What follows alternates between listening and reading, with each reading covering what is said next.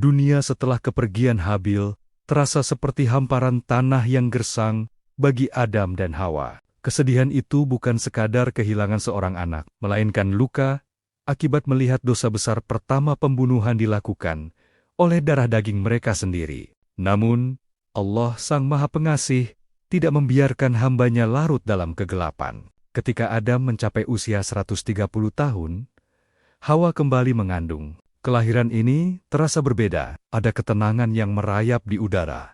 Dan saat bayi itu lahir, wajahnya memancarkan cahaya nur yang belum pernah terlihat sebelumnya. Adam menamai bayi itu Shits, yang berarti hadiah dari Allah sebagai pengganti atas Habil yang telah tiada. Sejak saat pertama menghirup udara bumi, Shits menunjukkan tanda-tanda kesucian. Jika anak-anak Adam yang lain seringkali memiliki watak yang keras atau terpengaruh oleh kerasnya alam, Shits tumbuh dengan kelembutan yang luar biasa. Ia adalah anak yang paling menyerupai Adam dalam hal rupa, akhlak, dan kecerdasan spiritual. Di bawah langit yang masih murni, Adam melihat dalam diri Shits masa depan umat manusia. Sebuah harapan bahwa cahaya tauhid tidak akan padam meski iblis telah bersumpah untuk menyesatkan anak cucu Adam hingga hari kiamat. Masa kecil Shits adalah masa pembelajaran yang intens. Nabi Adam alaihissalam tidak memperlakukannya sekadar sebagai anak, melainkan sebagai pewaris risalah. Di bawah pohon-pohon rindang, di wilayah yang kini dikenal sebagai Mekah, Adam mengajarkan Shits tentang rahasia-rahasia surga. Beliau menceritakan bagaimana rasanya berbicara langsung dengan Allah, bagaimana tipu daya iblis bekerja, dan bagaimana pentingnya menjaga amanah sebagai khalifah di bumi. Shits mendengarkan dengan khusyuk. Setiap kata ayahnya ia simpan dalam lubuk hati yang terdalam, bukan hanya ilmu agama. Adam juga mengajarkan ilmu tentang alam. Shits diajarkan cara membaca pergerakan bintang, mengenali jenis-jenis tanaman obat, dan memahami siklus waktu. Adam menyadari bahwa Shits memiliki kemampuan luar biasa untuk menyerap ilmu pengetahuan yang kompleks. "Wahai putraku," kata Adam suatu hari, "engkau adalah penjaga rahasia ini. Janganlah engkau biarkan cahaya ini redup di tangan mereka yang mengikuti hawa nafsu." Pendidikan ini membentuk Shits menjadi sosok yang bijaksana melampaui usianya, mempersiapkannya untuk memikul beban yang akan segera datang saat ayahnya mulai menua dan melemah.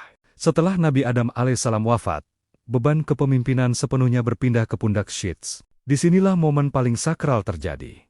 Allah Subhanahu wa Ta'ala mengangkat Shits sebagai nabi secara resmi dan menurunkan wahyu kepadanya. Tak tanggung-tanggung, Shits menerima 50 syuhuf lembaran-lembaran wahyu. Jumlah ini adalah yang terbanyak diberikan kepada seorang nabi sebelum masa Ibrahim alaihissalam. Lembaran-lembaran ini mengandung hukum-hukum Allah yang mendetail tentang bagaimana manusia seharusnya berinteraksi dengan penciptanya dan sesamanya. Syuhuf tersebut berisi perintah untuk mengesahkan Allah, larangan menyembah selainnya, serta aturan-aturan moral yang menjadi fondasi peradaban. Shits tidak hanya menyimpan lembaran ini, ia membacakannya di hadapan saudara-saudaranya dan keturunan mereka. Ia menjelaskan setiap ayat dengan bahasa yang menyentuh jiwa. Kehadiran syuhuf ini memberikan struktur hukum pertama bagi umat manusia. Masyarakat mulai mengenal konsep keadilan yang sistematis, di mana hak dan kewajiban diatur berdasarkan ketetapan ilahi,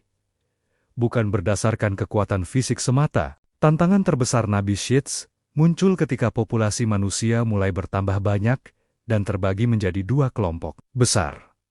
Pengikut Shits yang tinggal di dataran tinggi atau pegunungan, dan pengikut Kabil yang menetap di lembah-lembah. Keturunan Kabil yang telah jauh dari bimbingan wahyu mulai mengembangkan gaya hidup yang destruktif. Di bawah pengaruh bisikan iblis, mereka menciptakan tatanan sosial yang hanya mengagungkan materi dan kesenangan jasmani. Nabi Shits dengan kebijaksanaannya membuat sebuah keputusan besar untuk menjaga kesucian kaumnya. Beliau memerintahkan agar kaum yang beriman tetap tinggal di wilayah pegunungan yang tenang dan melarang keras mereka untuk berbaur atau turun ke lembah kaum Kabil. Pemisahan ini bukan karena rasa benci, melainkan sebuah bentuk perlindungan spiritual hijrah.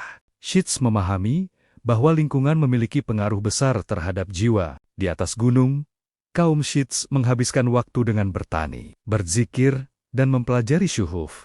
Sementara di bawah sana, kegelapan mulai merayap masuk ke dalam hati manusia melalui kemaksiatan yang terorganisir. Nabi Syits sering disebut sebagai Bapa Ilmu Pengetahuan Awal. Beliau bukan hanya seorang pemimpin agama, tetapi juga seorang inovator. Dengan bimbingan wahyu, Syits mengajarkan kaumnya cara membangun pemukiman yang sehat dan efisien. Beliau memperkenalkan sistem irigasi untuk pertanian, mengajarkan cara menenun pakaian yang lebih baik, dan menetapkan standar timbangan dalam pertukaran barang. Pengetahuan yang diwariskan Adam dikembangkan oleh Syits menjadi sistem kemasyarakatan yang maju. Selain itu, Syits adalah orang pertama yang mendalami ilmu astronomi secara spiritual. Beliau mengajarkan bahwa bintang-bintang bukan sekadar hiasan langit, melainkan tanda-tanda kebesaran Allah dan penunjuk waktu ibadah. Beliau menghitung peredaran bulan dan matahari untuk menentukan waktu-waktu suci. Peradaban di bawah kepemimpinan Syits adalah peradaban yang seimbang. Mereka maju dalam teknologi sederhana, namun tetap tunduk sepenuhnya pada hukum Tuhan. Inilah masa keemasan awal, di mana ilmu pengetahuan dan keimanan berjalan beriringan tanpa pertentangan. Melihat keteguhan kaum Syits, iblis merasa geram. Ia menyadari bahwa ia tidak bisa menggoda Syits secara langsung, maka ia menyerang melalui pengikutnya yang paling lemah. Iblis menyamar menjadi seorang pemuda di tengah kaum Kabil dan mulai menciptakan sesuatu yang belum pernah didengar telinga manusia. Musik yang merangsang nafsu.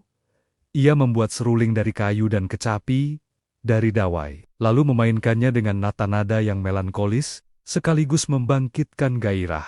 Suara musik ini terbawa angin hingga ke laring-laring gunung tempat kaum Syits berada. Para pemuda kaum Syits yang belum pernah mendengar suara semacam itu mulai merasa penasaran. Iblis juga menghasut wanita-wanita kaum Kabil untuk bersolek dengan hiasan yang mencolok dan memakai wewangian yang kuat. Pesta-pesta besar diadakan di lembah setiap malam. Godaan visual dan auditori ini menjadi ujian terberat bagi syariat yang diajarkan Nabi Syits. Batas yang selama ini dijaga ketat oleh Syits mulai terancam oleh rasa ingin tahu manusia yang tidak terkendali. Meskipun Nabi Syits terus-menerus memberikan peringatan dalam khutbahnya, rasa penasaran akhirnya mengalahkan rasa takut sebagian pemuda kaumnya. 100 orang pemuda dari kaum Syits memutuskan untuk turun ke lembah secara sembunyi-sembunyi pada malam hari. Saat mereka tiba, mereka melihat pemandangan yang tak terbayangkan.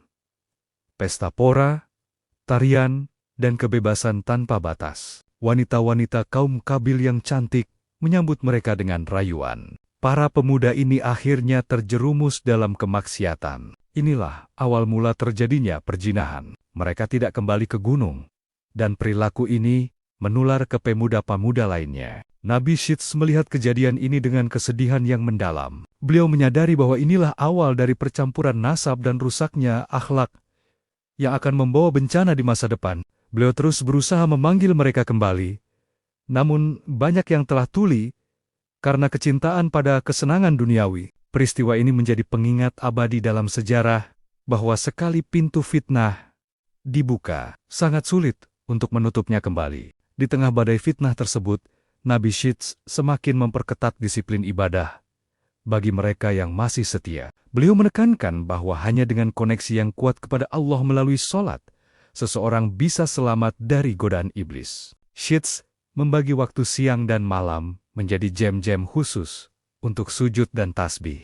Beliau mengajarkan bahwa ibadah bukan sekadar rutinitas, melainkan perisai al-junnah. Beliau membangun tempat-tempat khusus untuk berkumpul dan beribadah, yang menjadi cikal bakal rumah ibadah di masa depan. Syits juga mengajarkan konsep taubat yang mendalam bagi mereka yang sempat tergelincir, namun ingin kembali. Beliau menjelaskan bahwa kasih sayang Allah lebih besar dari dosa apapun, asalkan manusia mau melepaskan diri dari lingkungan yang buruk. Ketegasan Syits dalam hal ibadah inilah yang menjaga si usi sisa kaum beriman tetap berada di jalan yang lurus, mencegah kepunahan total nilai-nilai ketuhanan di muka bumi. Waktu terus bergulir hingga Nabi Syits mencapai usia senjanya. Tubuhnya mungkin melemah, namun cahaya di wajahnya justru semakin terang. Beliau memanggil putra kesayangannya, Anusi, yang telah ia didik dengan cara yang sama seperti Adam mendidiknya. Dalam sebuah pertemuan yang sangat emosional, Sheets menyerahkan 50 syuhuf dan berbagai peninggalan suci, seperti cincin dan tongkat Adam kepada Anusi. "Putraku," bisik Sheets, "jaga baik-baik kaummu. Jangan biarkan mereka tertipu oleh gemerlap lembah. Ajarkan mereka bahwa kemuliaan hanya ada pada ketaatan." Sheets juga memberikan nubuat ramalan tentang nabi-nabi yang akan datang, termasuk tentang banjir besar yang akan menyucikan bumi dari kekafiran. Beliau berpesan agar garis keturunannya tetap dijaga kesuciannya, karena dari garis itulah sang penyelamat akhir zaman akan lahir. Setelah memberikan wasiat yang lengkap, Nabi Sheets menghembuskan napas terakhirnya dengan senyuman, kembali ke hadirat Sang Pencipta.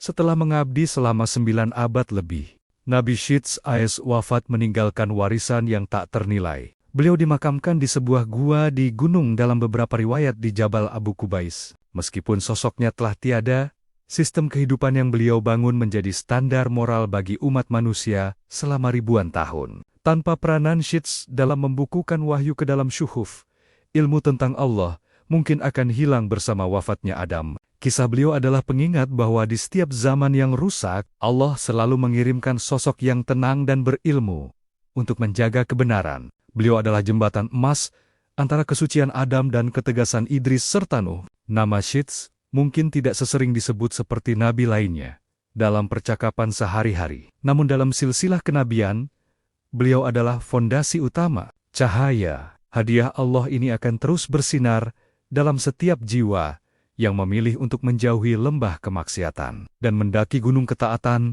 demi mencari ridha ilahi. Bila Anda terhibur, silakan subscribe, like, share, dan komen, agar Anda tidak ketinggalan video terbaru kami. Terima kasih.